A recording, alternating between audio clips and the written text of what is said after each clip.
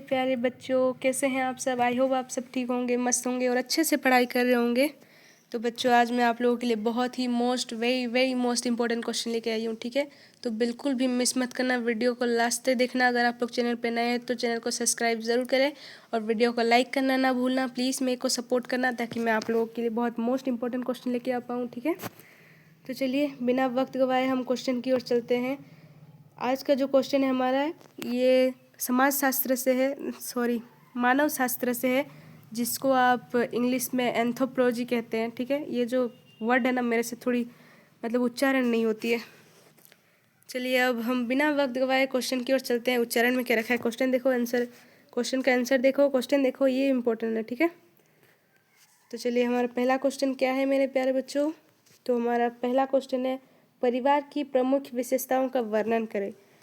ऐसा मेरे को नहीं लगता कि कोई भी बच्चा जिसको फैमिली के बारे में ना पता हो, परिवार की विशेषताएं ना पता हो। ठीक है, अगर नहीं पता होगा तो कोई नहीं, लिखने के वजह से नहीं मतलब जैसे आपको एग्ज़ाम में लिखना है उस हिसाब से अगर नहीं पता तो मैं आपको बता दे रही हूँ। ठीक है, ये क्वेश्चन है ना बहुत ही इंपॉर्टेंट है, ये पूछने की पूरी पूरी संभावना है, तो इसको ना कॉपी में भी उतार लेना, बिल्कुल मिस मत करना। ठीक है, चलिए क्वेश्चन की ओर देखते हैं। हमारा क्वेश्चन क्या है, पहला, परिवार की प्रमुख विशेषताओं का वर्णन करें।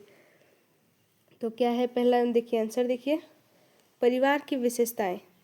तो ये जो हमारे समाजशास्त्र में जिन्होंने लिखा है ना, मानव शास्त्र, समाजशास्त्र, ये लोग बहुत मिलते जुलते सब्जेक्ट है। ठीक है, इस सब में सब आप अपने आसपास की चीज़ें पढ़ के ही पास कर सकते हो। ठीक है, तो देखिए क्या है, मैकाइवर और पेज ने परिवार की 8 विशेषताओं का उल्लेख किया। यह विशेषता प्रत्येक समाज में पाई जाती है। विशेषताएं निम्नलिखित है।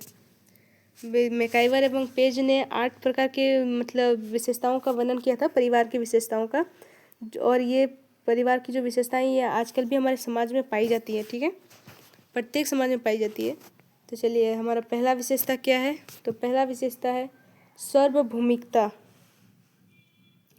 पहला विशेषता क्या है, तो ये है सार्वभौमिकता। ये जो है ना, ये मनुष्य के संबंध विभिन्न होते हैं, लेकिन संगठन और अस्तित्व मनुष्य का समाज में ही होता है। पता है क्यों? क्योंकि देखना, सार्वभौमिकता मतलब क्या है, अगर आप लोग किसी से लड़ाई कर रहे हो, किसी से झगड़ा कर रहे हो, लेकिन वहाँ पे अगर आपका परिवार नहीं है, आप अकेले लड़ रहे हो, तो आप वहाँ कहीं ना कहीं हार जाओगे, परिवार की कमी से हार जाते हो। रीज़न है, जब आपका फैमिली होता है तो आप मतलब एकता में बल होता है, ये तो सुना ही है। फैमिली में अगर सब आपके साथ सपोर्ट में खड़े रहे, फैमिली का मतलब ही क्या है, जब आप अकेले पढ़ते हो तो कोई आपके साथ खड़ा ना हो या ना हो, लेकिन आपका परिवार आपके साथ खड़ा रहता है। ये चीज़ है सार्वभौमिकता। ठीक है, और कभी कभी लोग देखिएगा, परिवार की कमी की वजह से कोई भी जंग हार जाते हैं, कोई भी संघर्ष पराजित हो जाते हैं वहाँ पे।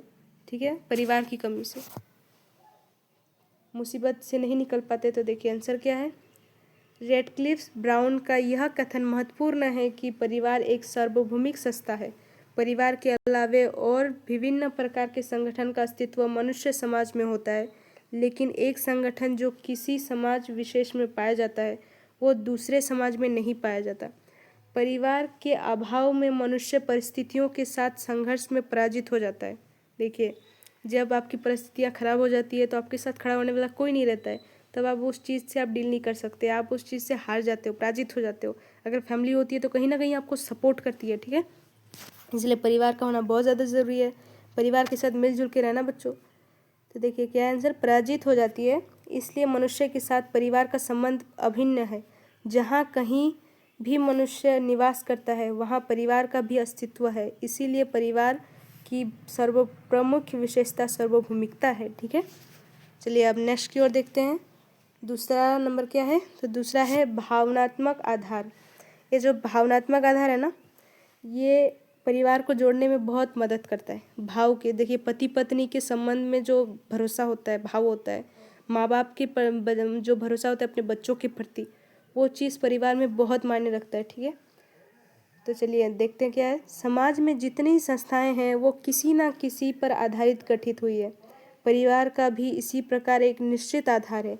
परिवार जिस आधार पर टिका हुआ है उसका संबंध भावनाओं में है। यह संबंध कानून की नींव से नहीं है, बल्कि पति पत्नी के मानसिक संबंध, माँ बाप के बच्चों के प्रति स्नेह, पालन पोषण की व्यवस्था, सहायता, सुरक्षा आदि ऐसी अनेक भावनाएं हैं जिन भावनाओं के आधार पर परिवार टिका हुआ है। ठीक है, चलिए अब नेक्स्ट की ओर देखते हैं, अगला क्या है। तो तीसरा नंबर का है, देखिए सीमित आकार।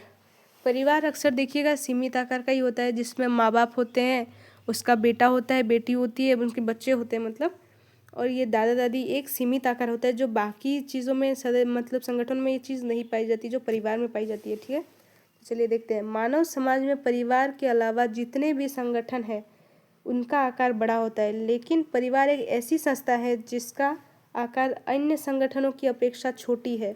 यह संगठन मुख्य रूप में माता पिता तथा बच्चों की सीमित, इसलिए सदस्य की जितनी अधिक देखरेख इस समिति में, इस सीमित संगठन में संभव है, वह बड़े संगठन में नहीं, ठीक है। चलिए अब नेक्स्ट क्वेश्चन को देखते हैं। नेक्स्ट क्या है, सॉरी क्वेश्चन बोल रहे हैं, पॉइंट क्या है। नेक्स्ट पॉइंट है रचनात्मक कार्य। ये जो रचनात्मक कार्य है ना, ये एक बच्चे पे लागू होता है। देखिए एक बच्चा जो बड़ा होता है ना, वो अक्सर अपने परिवार को देख के ही बड़ा होता है। मतलब उसका परिवार ही उसका पहला स्कूल होता है, उसका पहला पाठशाला होता है जहाँ वो चीज़ें सीखता है, ठीक है। वो जैसा अपने परिवार को देखेगा वैसा ही सीखेगा। मतलब जैसा एक परिवार अपने बच्चे को मतलब रचना कर रही है, अपने बच्चे की रचना कर रही है, आप जैसा आपकी फैमिली में एक छोटा बच्चा देखेगा वही चीज़ सीखेगा। तो इसीलिए कहते हैं परिवार जो है ना बच्चों का पहला पाठशाला होता है, पहला स्कूल होता है। पहली चीज़ें वो बच्चे परिवार से ही सीखते हैं, ठीक है। तो चलिए रचनात्मक कार्य क्या है, देखिए अरस्तु के कथन अनुसार मनुष्य एक सामाजिक प्राणी है। इसके साथ ही परिवार को शिशु के समाजीकरण की पहली पाठशाला कहा जाता है। बिल्कुल, एक बच्चा कैसा बिहेवियर करेगा, उसका बिहेवियर कैसा रहेगा, उसका संस्कार कैसा रहेगा, वो एक परिवार पर डिपेंड करता है, ठीक है। इसका तात्पर्य यह है कि बालक के व्यक्तित्व का निर्माण परिवार का प्रभाव सबसे अधिक पड़ता है। एक लड़के के मतलब एक बच्चे के मतलब व्यक्तित्व में सबसे ज़्यादा प्रभाव जो पड़ता है वो परिवार का पड़ता है, ठीक है। चलिए अब नेक्स्ट पॉइंट देखते हैं, अगला पॉइंट क्या है। अगला पॉइंट है सामाजिक संगठन में केंद्रीय स्थान। सामाजिक संगठन में केंद्रीय स्थान। यूनान के प्रसिद्ध दार्शनिक अरस्तु के अनुसार समुदाय परिवार का एक यंत्र मात्र सामाजिक संगठन के अनेक छोटी बड़ी संस्थाओं के माध्यम में होता है। ये सभी संस्थाएं समाज के ढांचे में भिन्न भिन्न स्थानों पर स्थायी रहती है। परिवार भी इस प्रकार एक सामाजिक संस्था है, किंतु इस सामाजिक संस्था की मौलिक विशेषता यह है कि इसकी स्थिति सामाजिक संरचना में है, ठीक है। आई होप आपको पता चला। अब चलिए नेक्स्ट पॉइंट की ओर चलते हैं। हमारा नेक्स्ट दूसरा पॉइंट क्या है, छठा पॉइंट क्या है। छठा पॉइंट है उत्तरदायित्व की भावना। देखिए परिवार में हर किसी के पास कोई ना कोई दायित्व होता है, ठीक है। हर की एक दूसरे के प्रति एक दायित्व होता है कि आपको ये करना है, आपका परिवार है, आपको संभालना है, ठीक है। तो ये एक दायित्व, एक दूसरे के प्रति जो दायित्व होता है वो हर किसी को निभाना भी चाहिए परिवार में, ठीक है, और हर कोई निभाता भी है। तो देखिए उत्तरदायित्व की भावना। परिवार के अलावे समाज में जितनी भी संगठन है उसमें सदस्य एक दूसरे के प्रति उत्तरदायित्व किसी कार्य विशेष में होने तक ही सीमित है। देखिए परिवार के अलावा और कोई भी संगठन है ना समाज में, वो लोग बस जितना देर काम नहीं होता है तब तक ही अपने ऊपर मतलब एक दूसरे के प्रति उत्तरदायित्व रहते हैं। लेकिन परिवार एक ऐसा चीज़ है मतलब जहाँ तक ऐसी समाज है जहाँ तक आप जिंदा हो अपने परिवार की जिम्मेदारी लेते हो, ठीक है।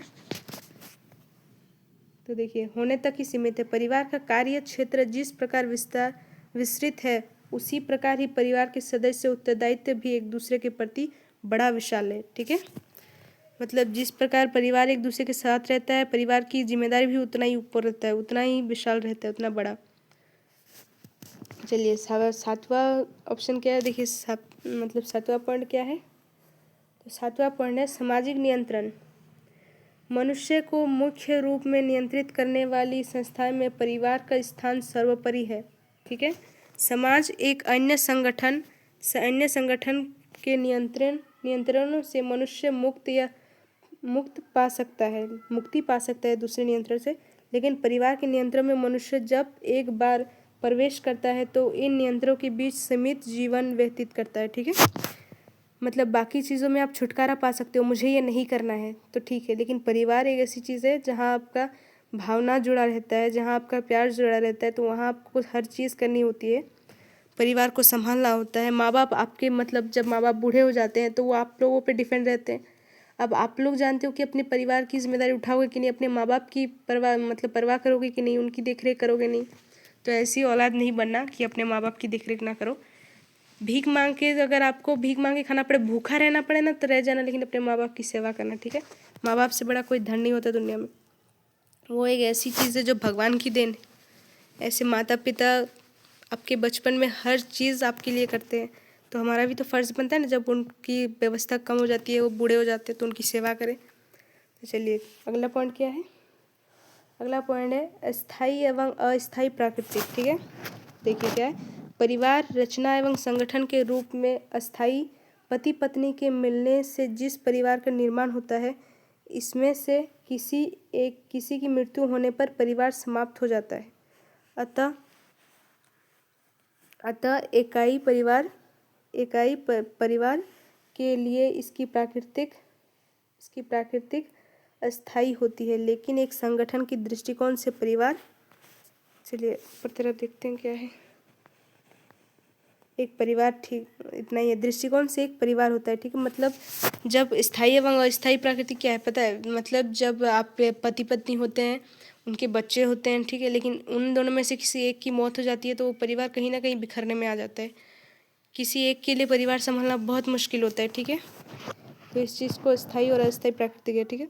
चलिए अब नेक्स्ट की ओर देखते हैं, हमारा अगला क्या है। तो हमारा अगला क्वेश्चन है, ठीक है, वो 8 प्रकार के थे, 8 प्रकार हो गए।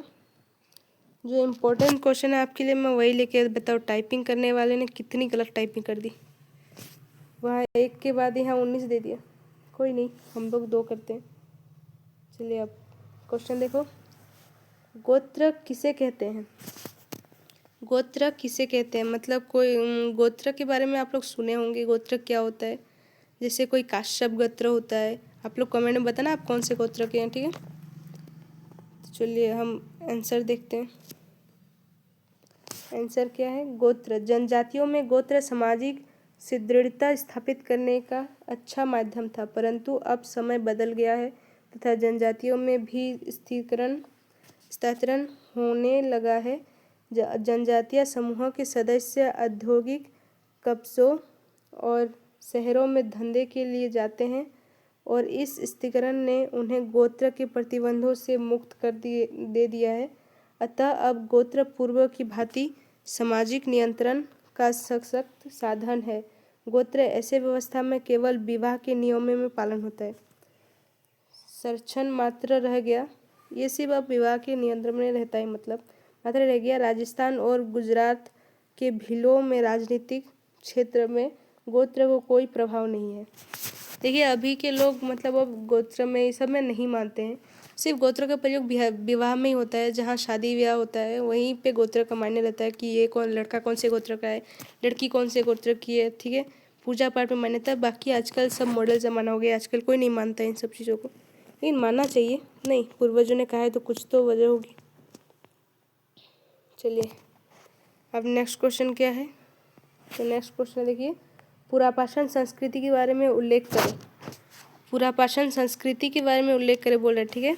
तो देखिए क्या है, पुरापाषाण काल यूनान भाषा के 2 शब्द था। तो ये क्वेश्चन क्या है, देखिए पुरापाषाण संस्कृति के बारे में उल्लेख करें। पुरापाषाण काल यूनानी भाषा के 2 शब्द परलोस तथा लिथोस से बना है, जिनका अर्थ क्रमशः प्राचीन और पाषाण होता है। इन दोनों का अर्थ होता है प्राचीन और पाषाण, ठीक है। पुरापाषाण संस्कृति का अखेट एवं खाद्य संग्रह संस्कृति के रूप में भी जाना जाता है, ठीक है, के रूप में भी जाना जाता है। भारत में इस संस्कृति के अवशेष कहीं भी प्राप्त नहीं हुए, ठीक है। भारत में इस काल से के सिर्फ औजार ही प्राप्त हुए हैं। अध्ययन में पता चलता है कि भारत में पुरापाषाण काल के पूर्व 2,50,000 ईसा पूर्व से 1,10,000 तक थी। क्या थी? 10,000 तक थी। 2,50,000 ईसा पूर्व से 10,000 ईसा पूर्व तक थी, ठीक है। चलिए अब नेक्स्ट क्वेश्चन की ओर देखते हैं। हमारा अगला क्वेश्चन क्या है, और शायद ये आज का हमारा लास्ट क्वेश्चन है, ठीक है। अगर आप लोगों को वीडियो अच्छा लगा हो तो चैनल को, अगर आप लोग नए हैं चैनल पे, सब्सक्राइब करें और वीडियो को लाइक करना ना भूलें, और आप बताना कैसा है, ठीक है। पहले तो मैं ये बहुत डिफ़िकल्ट है यार, बताओ मेरी सांसें रुक रही है। ऐसा लग रहा है जैसे मेरा एग्ज़ाम है, बिल्कुल सच्ची बता रही हूँ। मैं अपने एग्ज़ाम के वक्त बहुत ध्यान दे के पढ़ती थी। आप लोग पता नहीं क्या करते हो। पढ़ाई करो, ये वक्त दोबारा लौट के नहीं आएगा। अभी अगर आप लोग हवाबाजी करोगे ना तो बाद में बहुत पछताओगे। चलिए अब नेक्स्ट, ये अगला क्वेश्चन क्या है हमारा, ये आज का लास्ट क्वेश्चन है हमारा, ठीक है। क्या है, झूम खेती से आप क्या समझते हैं। ये देखो झूम खेती, ये सब बहुत इम्पोर्टेंट है, ठीक है। देखिए क्या है, भारत में हैदराबाद के लोग कृषि संबंधी सरल अर्थव्यवस्था के उदाहरण हैं। कमार लोग अब तक हल से खेत जोतने के स्थान में कुल्हाड़े से खेत जोते थे। बताओ, पहले जहाँ हल से खेत जोता जाता था ना, अब उसमें क्या करते थे लोग, कुल्हाड़ी से खेत जोते थे। बताओ, एक बड़े खेत को कुल्हाड़ी से जोतना कितना मुश्किल है ना। पहले के लोग कितने मुश्किल से काम करते थे यार। अभी तो ट्रैक्टर आ गया है। इन लोगों की खेती करने का ढंग निराला है। ये आजकल भी करते हैं हैदराबाद में। ये खेती का स्थान बदलते रहते हैं। इस ढंग की कृषि के स्थान परिवर्तन कृषि कहते हैं। पहले ये जंगल साफ कर देते हैं, फिर बचे खुचे झाड़ झूड़े से में आग लगा देते हैं। इसके बाद राख में बीज बिछड़ कर देते हैं। एक दो वर्ष खेती अच्छी होती है, बाद में वह स्थान खेती के लिए बेकार हो जाता है। ये लोग जंगल में खेती करते हैं, झूमन खेती, जो जंगल के अंदर होता है वहाँ सबको पहले तो जंगल को साफ कर लेते हैं और जो बचता है उन सबको आग लगा देते हैं और वहीं में बीज छिड़क देते हैं। तो वो 2-3 साल के बाद और वहाँ खेती करने के लायक नहीं रहता वो जगह। ये लोग भी खेती की स्थान बदल देते हैं। इस प्रकार का ढंग कई आदिवासियों में पाया जाता है। ये सब आदिवासी करते हैं, ठीक है, पाया जाता है। इसे झूम, बेवार, डाहिया आदि विभिन्न नाम दिए जाते हैं। इस अर्थव्यवस्था की मुख्य बातें निम्न है। क्या क्या है, जनसंख्या का लघु रूप, छोटा समूह, कृषि संबंधित व्यवस्थाएं, सम तथा विषम विभाग, श्रम विभाजन, बचत इत्यादि, ठीक है। मतलब और आगे बहुत अच्छे चीज़ है, पर नहीं होता है ऐसा। मतलब आप जंगल में खेती करते हो, फिर 1-2 साल बाद वो बेकार हो ही जाएगा। वहाँ जंगल में कोई इतना देर खेती थोड़ी कर सकता है। बाकी मतलब जो आदिवासी होते हैं वो करते हैं ऐसी चीज़ें। तो आई होप आपको आज का वीडियो अगर अच्छा लगा हो तो प्लीज़ मेरे को सपोर्ट करना, चैनल को सब्सक्राइब करें, वीडियो को लाइक करना ना भूलना मेरे प्यारे बच्चों। नेक्स्ट वीडियो में मिलते हैं कल, ठीक है, बाय।